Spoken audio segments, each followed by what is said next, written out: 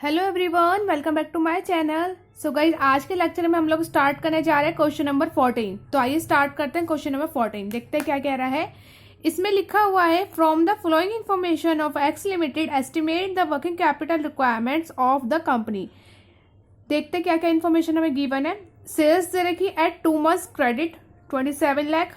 Material consumed at 2 months, वो भी credit पे है। Wages half month lag in payment, wages में हाफ मंथ का पेमेंट का लैग करते हैं और वो है 5,40,000। कैश मैन्युफैक्चरिंग एक्सपेंसेस, ये भी एक तरीके के एक्सपेंसेस है। करंट लायबिलिटी साइड हम दिखाएंगे, जो कि 1 month में लैग इन पेमेंट दे रखा है, 7,20,000 है। एडमिनिस्ट्रेटिव एक्सपेंसेस, ये भी हमारे एक एक्सपेंसेस है और इसका भी हम करंट लायबिलिटीज की साइड दिखाएंगे। एक्सपेंसेस हम सब करंट लायबिलिटीज की साइड ही दिखाते हैं। नेक्स्ट है सेल प्रमोशन एक्सपेंसेस, ये भी एक खर्चा है, लेकिन आगे देखो क्या लिखा हुआ है, पेड क्वार्टरली इन एडवांस। ये एडवांस में हमने दे रखा है। देखो गाइस, जब हम कुछ एडवांस में देते हैं ना, तो वो हमारा करंट असेट्स बन जाता है। तो हम इसे हम कहाँ दिखाएंगे, करंट असेट साइड दिखाएंगे। और पेड क्वार्टरली, क्वार्टर क्या होता है मैंने आपको बता रखा था। जैसे 12 महीने होते हैं टोटल, तो 3-3 महीने के ग्रुप को हम क्वार्टर बोलते हैं और ये टोटल 4 होते हैं। जनवरी, फरवरी, मार्च, अप्रैल, मई, जून, जुलाई, अगस्त, सितंबर, अक्टूबर, नवंबर, दिसंबर, इस तरीके से। तो हम यहाँ पे करेंगे डिवाइडेड बाय 12। ठीक है, 3/12। ओके, असेट साइड दिखाएंगे। आगे लिखा हुआ है, the company sales its products as a gross profit of ₹20% on sales. It includes depreciation as a part of cost production. Stock of raw material and finished goods are kept at 1 month requirement। कह रहा है यहाँ पे कि जो raw material है और जो फिनिश गुड्स है वो कब तक रहता है, 1 month पे रहता है। ठीक है, कब तक, 1 month तक। आगे लिखा हुआ है, इसका मतलब जो ये रॉ मटेरियल यहाँ पे दे रखा है 2 months क्रेडिट, ये हमें ये नहीं लिखना, ये नहीं है जो हमें बता रखा है यहाँ पे, क्योंकि रॉ मटेरियल हम जो है किससे खरीदते हैं, क्रेडिटर से खरीदते हैं। तो उसके बारे में जो हमें बता रखा है वो लिखेंगे। ठीक है, अगर यहाँ पे जो बता रखा है ये तो क्रेडिटर से रिलेटेड है, क्रेडिट पे खरीदते हैं तो क्रेडिटर से रिलेटेड है।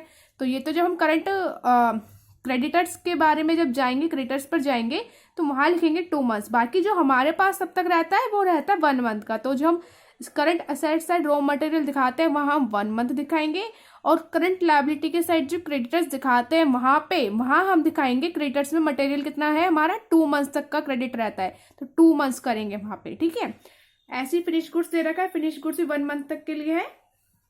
आगे लिखा हुआ है, and a cash balance, cash balance दे रखा है, ये भी हम करंट एसेट साइड दिखाते हैं, ऑफ ₹1,20,000। आगे लिखा हुआ है, assuming a safety margin of 15%, calculate the working capital requirements of a company on the cash cost basis, ignore work in progress. इसमें हमें वर्क इन प्रोग्रेस नहीं लेना है, WIP नहीं लेना है। ठीक है, केवल हमें रॉ मटेरियल लिखना है और फिर डायरेक्ट लिख देना है स्टॉक ऑफ फिनिश गुड्स। ठीक है, तो आइए स्टार्ट करते हैं।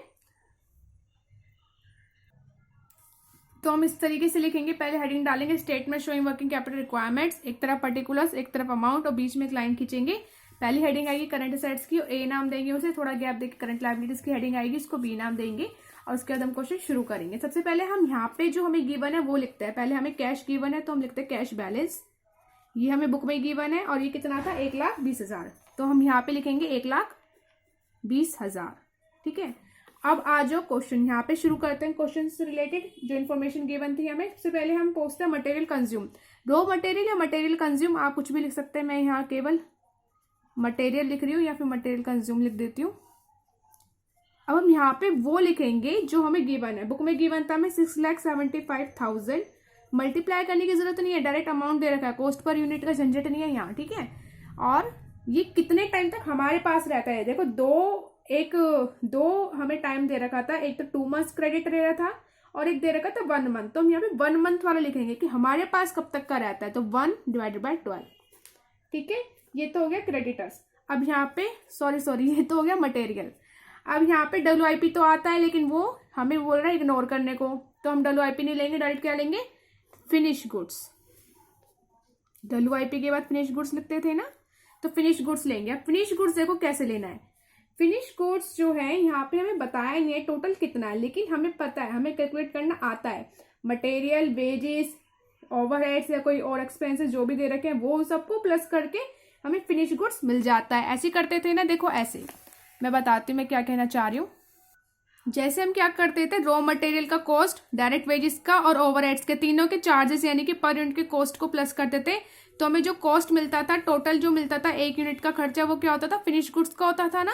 लेकिन यहाँ पे पर यूनिट है, पर यूनिट तो क्वेश्चन में हमारे गिवन नहीं है, डायरेक्ट अमाउंट गिवन है टोटल। तो ऐसे अगर हम यहाँ अमाउंट लिखेंगे तीनों का, तो जो हमें टोटल मिलेगा वो हमारा फिनिश गुड्स का अमाउंट होगा ना, टोटल होगा ना। तो मैं वही चीज कह रही हूँ कि हमें फिनिश गुड्स कैसे निकालना है, इन सबको प्लस करके। तो आइए निकालते हैं। देखो सबसे पहले लिखेंगे यहाँ पे calculation of finish goods, raw material consumed, ये हमें गिवन है, बुक में गिवन है ये 6,75,000।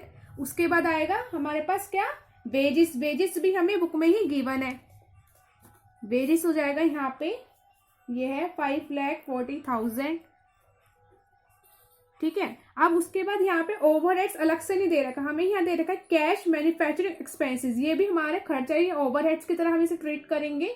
तो हम यहाँ लिखेंगे कैश मैन्युफैक्चरिंग एक्सपेंस, ये भी हमारा खर्चा ओवरहेड्स जैसे होता था हर बार। तो यहाँ पे ये हमें गिवन है कितना, 7,20,000। अब हम इन तीनों को प्लस करेंगे और इन तीनों को प्लस करके जो हमें मिलेगा वो हमारा फिनिश गुड्स होगा। ठीक है। तो ये आएगा,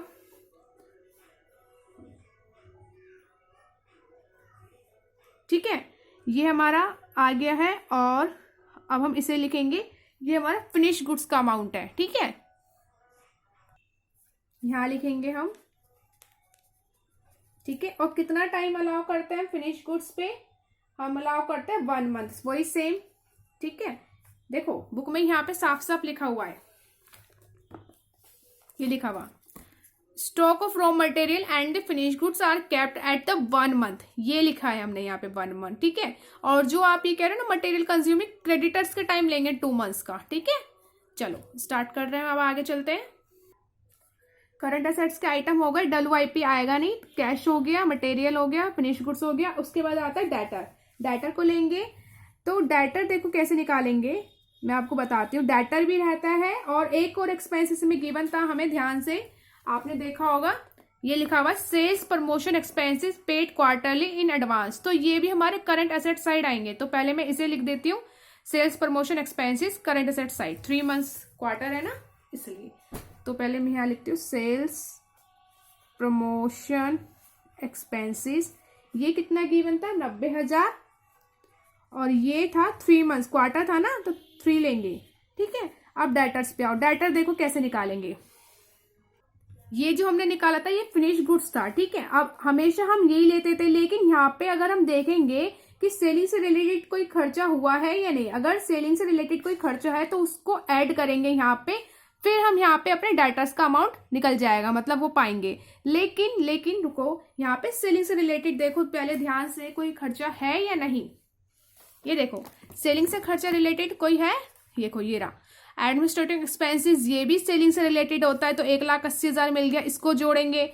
सेल्स प्रमोशन, ये भी तो सेल्स से रिलेटेड एक्सपेंसेस है, 90,000। तो इन दोनों को प्लस करना है ना, तो इन दोनों को प्लस करेंगे, उसके बाद हमें डेटर का अमाउंट मिलेगा। ठीक है। तो हम यहाँ पे इसमें ये जो फिनिश गुड्स का अमाउंट है इसमें हम प्लस करेंगे, एक तो हमारे एडमिनिस्ट्रेटिव एक्सपेंस और सेल्स प्रमोशन, क्योंकि ये दोनों सेल्स रिलेटेड है। अगर ये नहीं गिवन होते तो फिर हम डायरेक्ट डेटर्स में यही लिखते हमेशा की तरह, जैसे हम हमेशा करते आए वैसे। लेकिन अब हमें यहाँ पे प्लस करना है 1,80,000 और 90,000।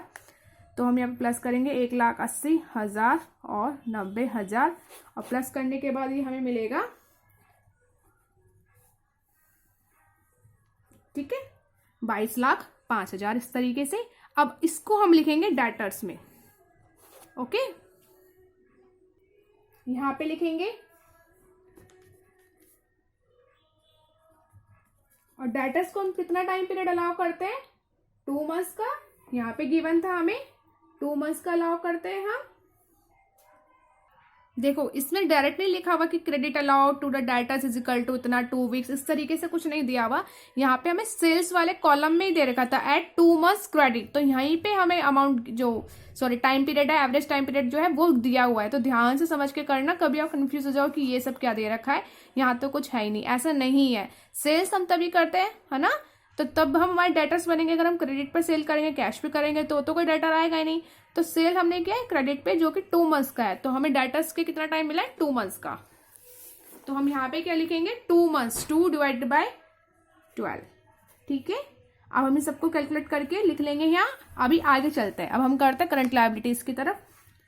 करंट लायबिलिटी में सबसे पहले क्रेडिटर्स आएंगे। क्रेडिटर कौन होते हैं, जिनसे हम माल परचेज करते हैं। तो हम क्या परचेज करेंगे, रॉ मटेरियल परचेज करेंगे। रॉ मटेरियल कितना गिवन था, 6,75,000, और इस पे हमें कितना टाइम अलाउ था, 2 मंथ्स। यस, 2 मंथ्स लेंगे। ये जो 1 मंथ था ये तो हमारे लिए था, अब यहाँ पे 2 मंथ्स लेंगे, जो कि हमें शुरू में कॉलम में ही गिवन था। ठीक है, ये हो गया। और क्या था यहाँ पे, हमसे वेजेस के लिए भी कह रहा था कि हम क्या करते हैं, वेजेस को हाफ मंथ करते हैं।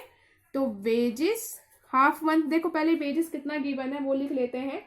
5,40,000 हमें वेजेस गिवन है, हाफ मंथ बोला है तो 0.5 ले लेंगे, डिवाइडेड बाय 12 कर देंगे।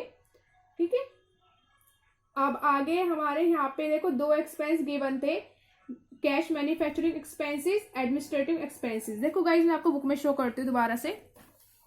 देखो हम बुक के क्वेश्चन के अकॉर्डिंग चल रहे हैं। सेल्स था, क्रेडिट पे था, तो क्रेडिटर्स यहाँ से निकल कर आ गए। मटेरियल कंज्यूम थे, 2 एंट्री थी, एक तो क्रेडिटर्स वाली एंट्री थी।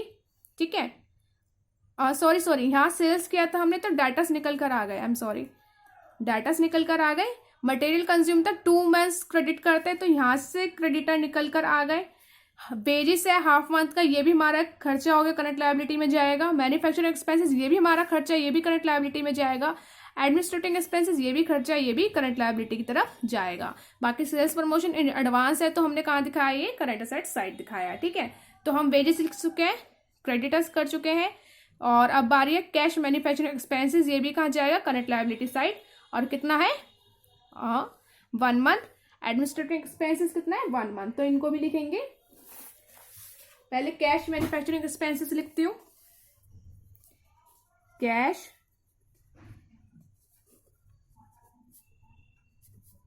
मैन्युफैक्चरिंग एक्सपेंसेस, ये कितना था, 7,20,000। ये 1 मंथ का है, तो 1 डिवाइडेड बाय 12 करेंगे। और यहाँ पे ऐसी एडमिनिस्ट्रेटिव एक्सपेंसेस था, वो भी हमें 1 मंथ में ही गिवन था, और उसका अमाउंट था 1,80,000। ठीक है, तो हम यहाँ लिखेंगे ये। अब बस सारी एंट्री लगभग हो गई है, हाँ सब एंट्रीज हो गई। अब हम इसको टोटल कैलकुलेट करेंगे पहले, उसके बाद टोटल करेंगे। तो पहले मैं इसे कैलकुलेट करूंगी, पहले यहाँ लिखूंगी, फिर करंट लायबिलिटीज के यहाँ पे ये सारे अमाउंट कैलकुलेट करेंगे, यहाँ लिखेंगे, फिर उसका टोटल करेंगे। ठीक है, इतना काम करते हैं पहले। ये हो गया है, हमने इनके अमाउंट को कैलकुलेट कर लिया है और साथ में हमने टोटल भी कर दिया है। अब हमें क्या करना है, वर्किंग कैपिटल निकालना है, तो लिखेंगे हम यहाँ पे एस्टिमेटेड वर्किंग कैपिटल। आप नेट वर्किंग कैपिटल भी लिख सकते हो, वो भी सही है। ए माइनस बी, ए यहाँ पे करंट असेट्स है, माइनस बी है करंट लायबिलिटी, तो इन दोनों को माइनस कर दो। अब हम माइनस करेंगे इसको और इसको, 2,10,000 वाली अमाउंट को, तो आप इसे माइनस करेंगे तो ये आपको मिलेगा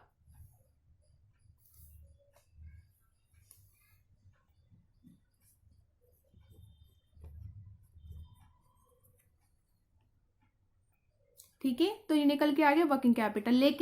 लेकिन अभी क्वेश्चन खत्म नहीं हुआ। वो हमसे क्वेश्चन कह रहा था assuming a safety margin of 15%, कुछ सेफ्टी मार्जिन के बारे में हमसे बोल रहा था 15%, तो हम उसको वो कैलकुलेट करेंगे। अब ये निकलेगा यहाँ पे, इसका 15% निकालेंगे, 5,1,7,5,0,0 का 15% निकालेंगे, और जो भी आएगा उसे यहाँ लिख के ऐड कर देंगे, वही हमारा फाइनल आंसर होगा। तो ये अगर आप कैलकुलेट करेंगे, ये आएगा 15% निकालेंगे तो ये आएगा 77,625। आप इसे ऐड कर दो, इससे आप ऐड करोगे तो ये मिलेगा, ये 59 समथिंग, कुछ 5,95,125। यस, ये यहाँ पे 5 है। ठीक है, तो ये है हमारा फाइनल आंसर। ओके गाइस, तो ये था क्वेश्चन नंबर 14 और आपने समझ लिया अच्छे से। अब आप कोई भी क्वेश्चन आसानी से कर सकते हैं। गाइस देखो, मैं आपको एक बात बोलना चाहूंगी, क्वेश्चन जो भी है वो सब इजी है, बस इसमें कुछ पॉइंट्स है जो कि थोड़े ट्रिकी है, वो आपको अच्छे से समझना है। जैसे इस क्वेश्चन में थे, तो ध्यान से आप कर सकते हैं। ठीक है, देखो आप अच्छे से देख लो, हमने इसमें सारे पॉइंट्स करा है। सेल्स वाला भी करा, material, wages, cash manufacturing expenses किया, एडमिनिस्ट्रेटिव एक्सपेंसेस किया, सेल्स प्रमोशन भी हमने किया। कंपनी सेल करती है, ये हमें इससे कुछ मतलब नहीं है। उसके बाद क्या आता है, डेप्रिसिएशन पार्ट है, वो भी हमें नहीं बताया, बस इससे भी हमें कुछ मतलब नहीं है। रॉ मटेरियल 1 और फिनिश गुड्स 1 मंथ के थे। उसके बाद कैश बैलेंस बता रखा था, हमने वो भी लिया था। उसके बाद अब देखो यहाँ पे लिख रखा था एज्यूमिंग सेफ्टी मार्जिन 15%, तो हमने इसलिए 15% निकाला है और उसको ऐड कर दिया, सेफ्टी मार्जिन है। ठीक है, calculate the working capital requirement of a company on cash cost basis, ignore the work in progress. तो हमने यहाँ पे वर्क इन प्रोग्रेस को इग्नोर करते हुए क्वेश्चन सॉल्व किया है। तो गाइज ये था पूरा क्वेश्चन नंबर 14 और उम्मीद करती हूँ मैं आपको समझ में आ गया होगा अच्छे से। अब हम मिलते हैं एक नए क्वेश्चन के साथ नेक्स्ट लेक्चर में। तब तक के लिए bye and take care, stay connected. और एक बात और मैं बोलना चाहूंगी, अगर आपको इससे कोई भी इसके रिगार्डिंग कोई भी कैसी भी क्वेरी है तो आप पूछ सकते हैं, कमेंट कर सकते हैं, मेल कर सकते हैं। मेल आईडी आपको डिस्क्रिप्शन बॉक्स में मिल जाएगा। और अगर इसके प्रीवियस लेक्चर आपने मिस किए हैं, हम काफ़ी सारे चैप्टर जो है कवर कर चुके हैं, जैसे कैश बजट भी हमने किया, कैपिटल बस्टिंग हमने किया, मैनेजमेंट ऑफ इन्वेंट्री भी हमने किया, टाइम वैल्यू ऑफ मनी भी हमने किया। बाकी हम सब थ्योरी के क्वेश्चंस भी कवर कर चुके हैं। अगर आपने इसमें से कुछ भी मिस किया है तो आप डिस्क्रिप्शन बॉक्स में जाके देखिए, आपको वहाँ पे प्रीवियस लेक्चर के लिंक मिल जाएंगे, आप वहाँ जाके देख सकते हैं। दूसरी बात, अगर आपको कुछ भी पूछना है इससे रिगार्डिंग या कुछ पूछना है तो आप बेझिझक पूछ सकते हैं। और अगर आप ग्रेजुएशन कर रहे हैं, अब आप मास्टर्स करेंगे, एमकॉम करेंगे, एमबीए करेंगे, तो अगर आपको उससे रिलेटेड उसके क्वेश्चन पेपर चाहिए तो आप वो भी ले सकते हैं। मेरे पास पीडीएफ फाइल में फॉर्म है, वो मैं आपको शेयर कर दूंगी, मेल कर दूंगी, आप वो ले सकते हैं। वो एमकॉम के क्वेश्चन पेपर है, 5 ईयर्स के हैं और वो ड्यू के हैं, दिल्ली यूनिवर्सिटी के 5 साल के क्वेश्चन पेपर, आंसर्स भी हैं, तो वो भी आपको मिल जाएंगे। ठीक है, तो जिस बच्चे को वो भी मतलब है इंटरेस्टेड लेने में, तो मुझे बता सकते हैं, मैं आपको दे दूंगी। ठीक है गाइस, तो आज के लेक्चर में इतना ही। और कोई भी अगर आपको इससे रिलेटेड नोट्स भी चाहिए, फाइनेंशियल मैनेजमेंट से रिलेटेड कोई भी नोट्स, मतलब किसी भी टॉपिक के, किसी भी चैप्टर के, थ्योरेटिकल हो, कोई बात नहीं, आप नोट्स चाहिए, क्वेश्चन भी हो, तो वो भी ले सकते हैं। तो आप मुझे बता सकते हैं, वो भी मैं आपको पीडीएफ फॉर्मेट में ही अवेलेबल करा दूंगी। ओके गाइस, तो इस लेक्चर में इतना ही। अब हम मिलते हैं नेक्स्ट लेक्चर में एक नए क्वेश्चन के साथ। तब तक के लिए bye bye and take care.